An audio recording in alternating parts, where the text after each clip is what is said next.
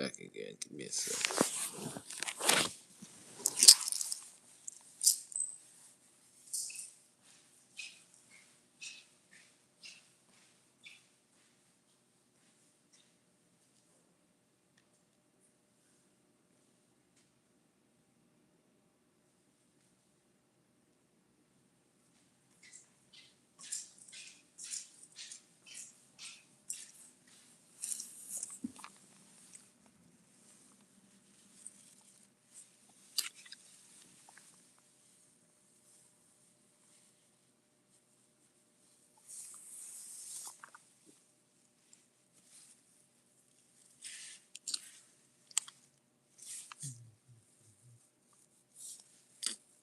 Forgive me. Some nonsense here. Anyway, what are the divinations?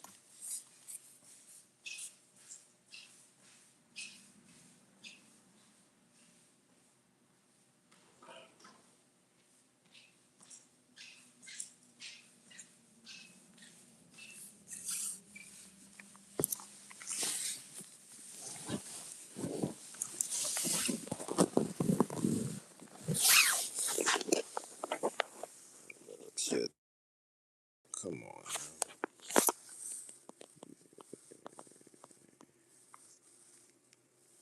Yeah, forgive me. There's a little piece of something there. Anyway.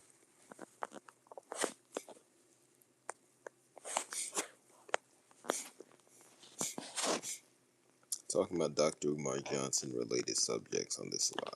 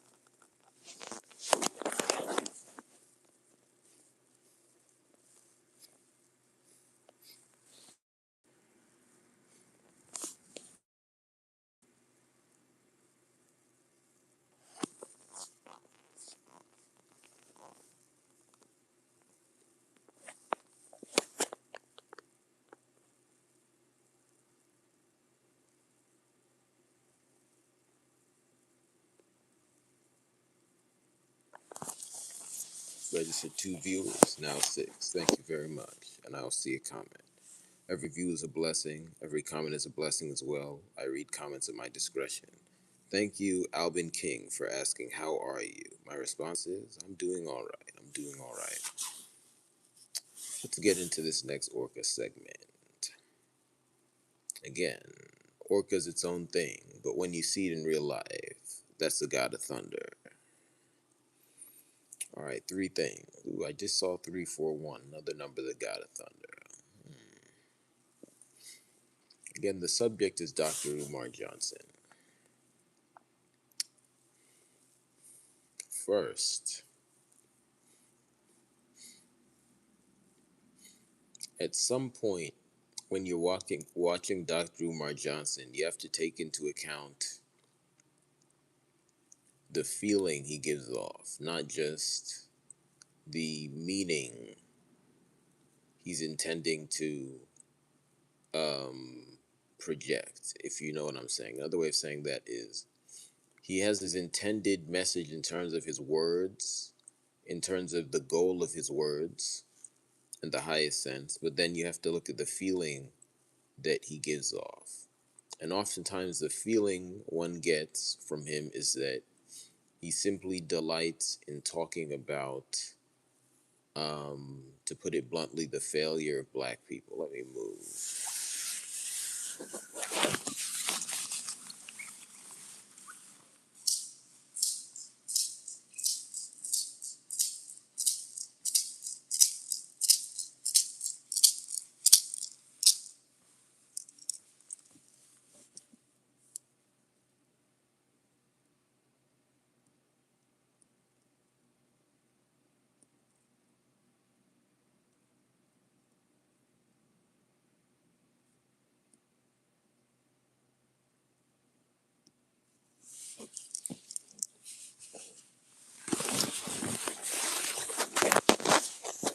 Second, Cabrinum Nogo calling in additional support. Second,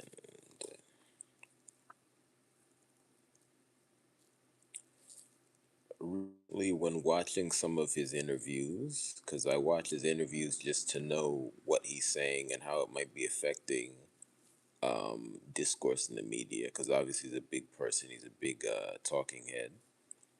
Um, Recently, when watching his interviews, I've noticed that usually, one, he's seated, and two, he seems to be very uncomfortable while he's talking. How does that affect his message? Yes, it's something to consider.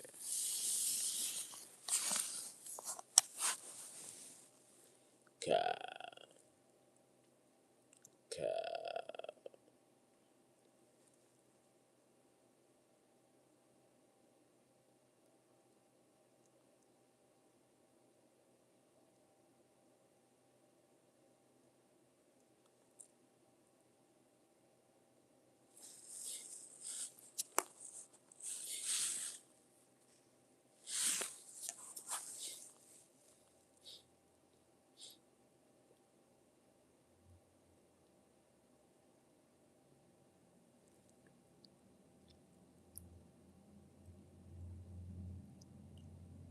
Third,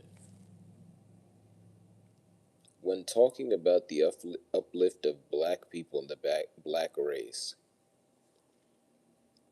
Dr. Umar limits himself to talking about actions that occur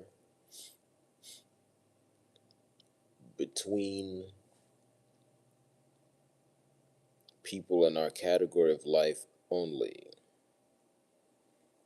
Why is he not considered talking about the effect of nature and other categories of life upon the black race? Because at the end of the day, most of the beings on this planet, by a large margin, are not even a Barnkeke. They are not members of our category of life, let alone human beings.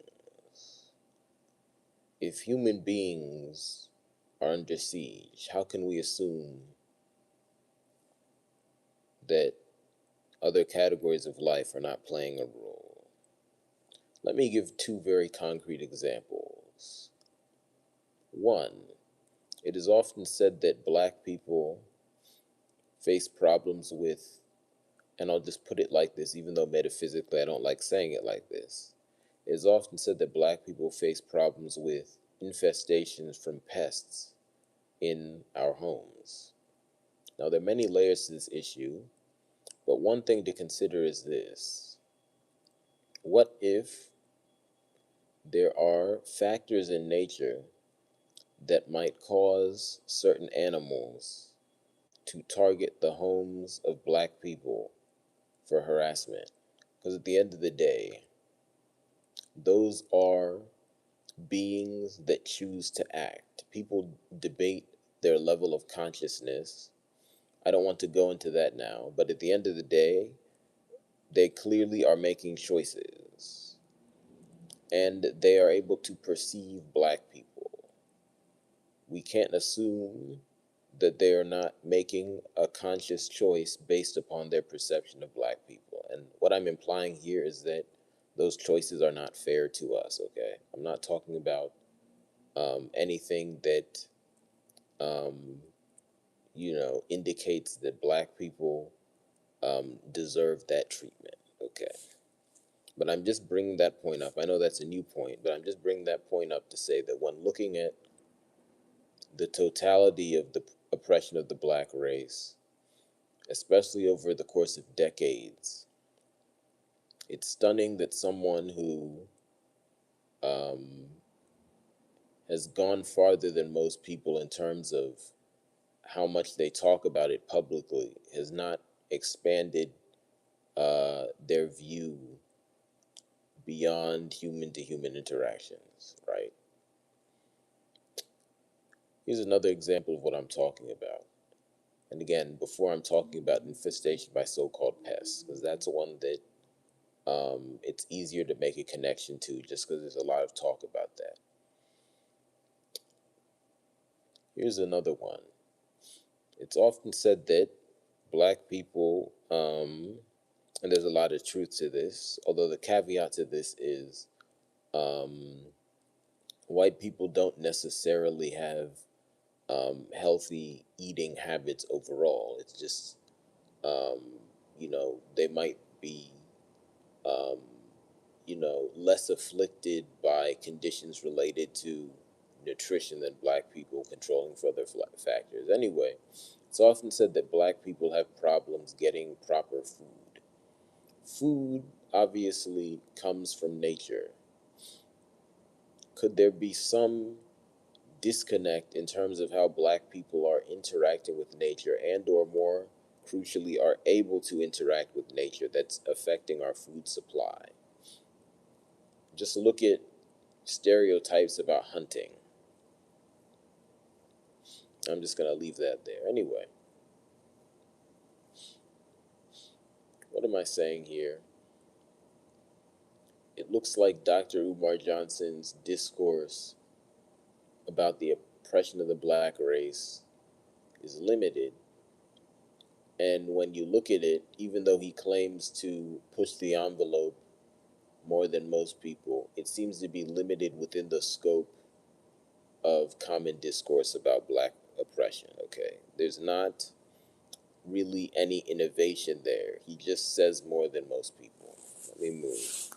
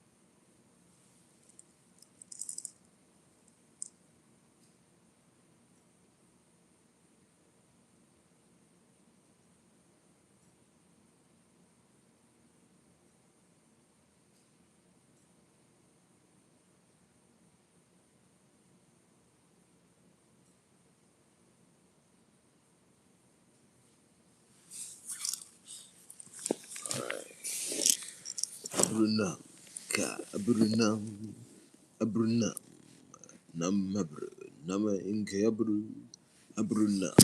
All right, let me get more specific here. I'm gonna keep the phone at this angle, trying something different than usual right now. You see,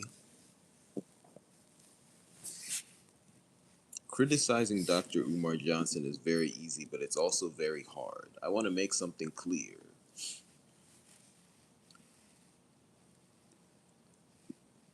Those of us who are responsible for speaking on issues, and most especially the leaders of this world, have not done enough about crime.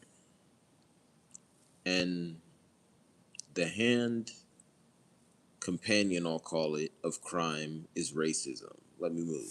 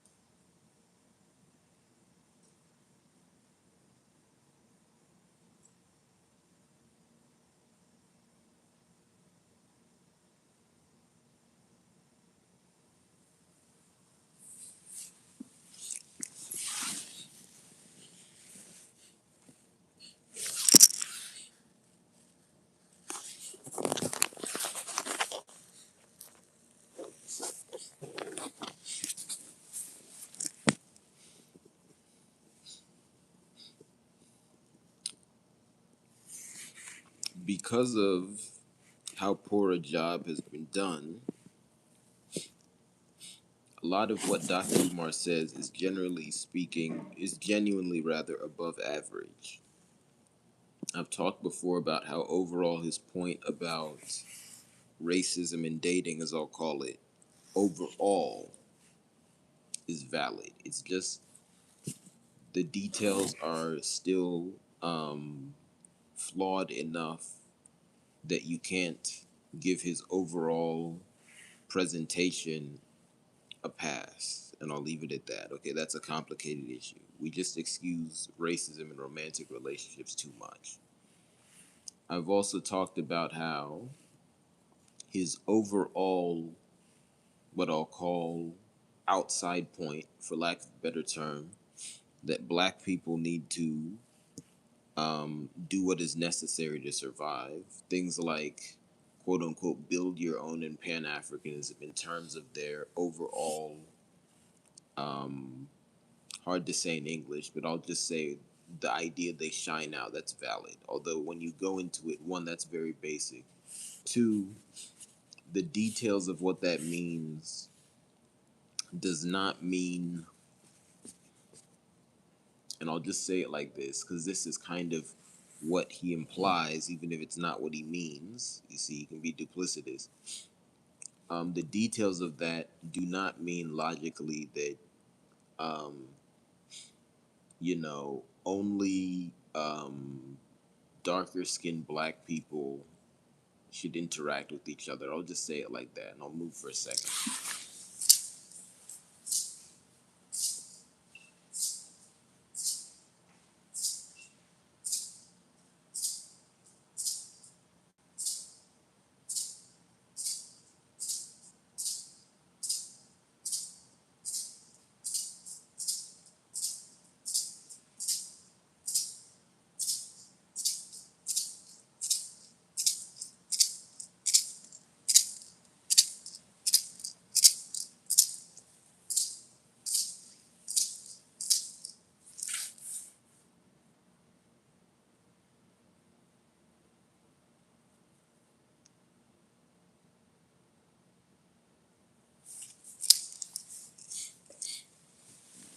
Again, that's a complicated point, but I hope you know what I mean. Obviously, darker skinned black people, obviously, you guys see me, I'm darker. Dark skinned man, you see, get discriminated against the most, controlling for other factors. And because of that, frustration is valid. And in many cases, extreme defensive measures have to be taken. But usually things are not so extreme that, um, interaction with people of different complexions is out of the question. And I'll just say it like that. And then definitely, it's not ideal to have to resort to that. So I'm just saying that because um, some of the things he implies, they just end up not being practical. At the same time, though, um, the idea that if white people specifically, because let me just move out, I was talking about interactions between black people there. And I hope you know what I'm getting at here. There are a lot of black people that we don't acknowledge are black based on their appearances. But the idea that when white people mistreat us, um, you know, uh, we shouldn't engage in defensive measures. That's ridiculous. Let me move.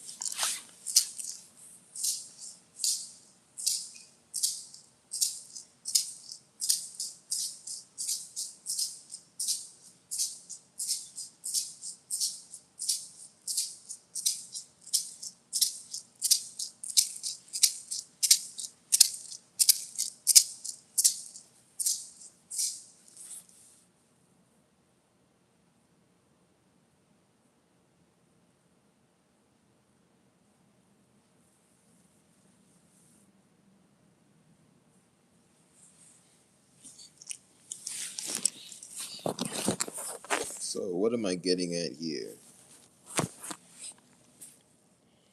Dr. Umar has been able to rise to the top because the ecosystem of talking about what I'll call really self defense is not good.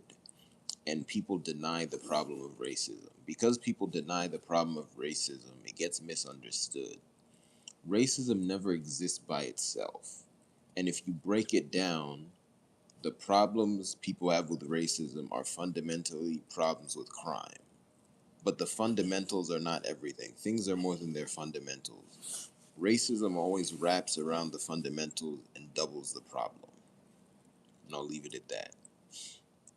But at some point, if all you do is talk about the fact that racism exists, and again, I say this all the time, Dr. Umar's both level of fame, length of time in the spotlight, and really third age have to be taken into account here. Someone over the age of 50 who's been famous for, well, really over 15 years, um, has a PhD, which means he's been granted societal standard by, groups of leadership that society respects.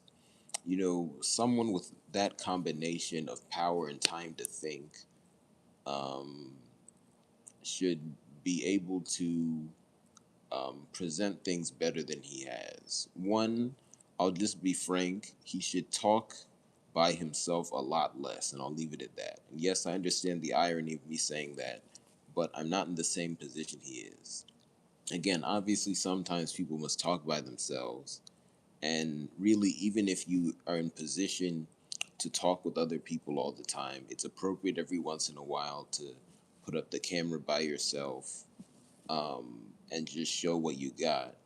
But that should be a minority of the time. Dr. Umar is always talking by himself. And again, when I mean when I say that he's talking by himself, he always comes by himself to make his point. He's never making his point with a group. He might be making his point to a group, but he's not making his point with a group. Let me move.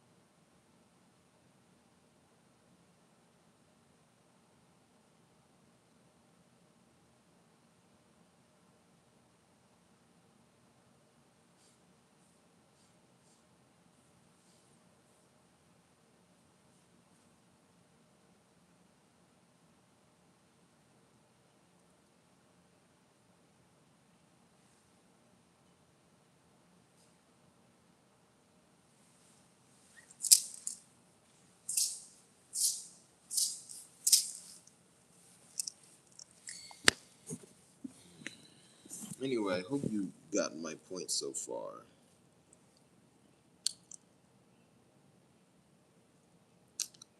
Just gonna say a few more things. I think, you know, at the end of the day, um, the biggest problems that the black race face are one, getting unjustly deleted. Really, I'll name three. One, getting unjustly deleted. Two, um, facing crimes in romantic areas. And three, being unjustly assaulted. Okay, all of these things, they affect everyone in the world today. They just affect us more. And that's something to really take seriously because if you're being hurt more than other people, at the end of the day, um, things can spiral out of control. Because it's just not natural to see other people in your category of life um, ahead of you for unjust reasons. Because at the end of the day, we're a collective. If the collective is broken down and you're unjustly behind other members of the collective, people that ideally should be supporting you, It's hard to get back up. Let me move.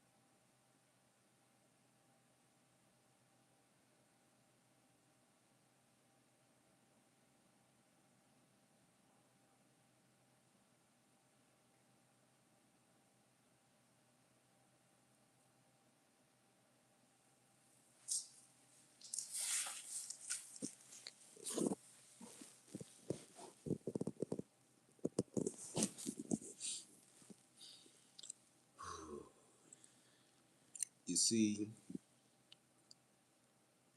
when crime is happening, eventually you have to name it if you're talking about it. But that shouldn't be taken lightly.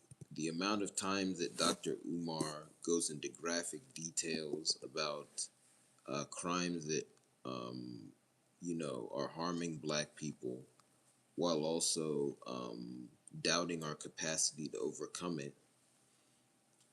And again, he might sometimes say we can overcome, but a lot of the times he says, I don't see it. That's really, and I don't say this lightly, that is sacrilegious. Again, I've waited a while to really criticize Dr. Umar heavily. I know I've been doing it for the last couple of years, but I waited a while just because so many other people weren't saying anything. So it didn't seem to make sense to me. But I've talked about why things have changed, but also why there were still problems before. What am I getting at here? I think sometimes in debates about Dr. Umar, people get lost because they're talking about the point of what he's saying. Sometimes people just need to admit that they're disturbed by the journey he takes to get to his point, which is relevant. And I'll leave it at that. Thank you very much. And stay positive. Acknowledge problems and stay positive at the same time. When things go bad, there's still darkness and positivity, but it is positive. Orca.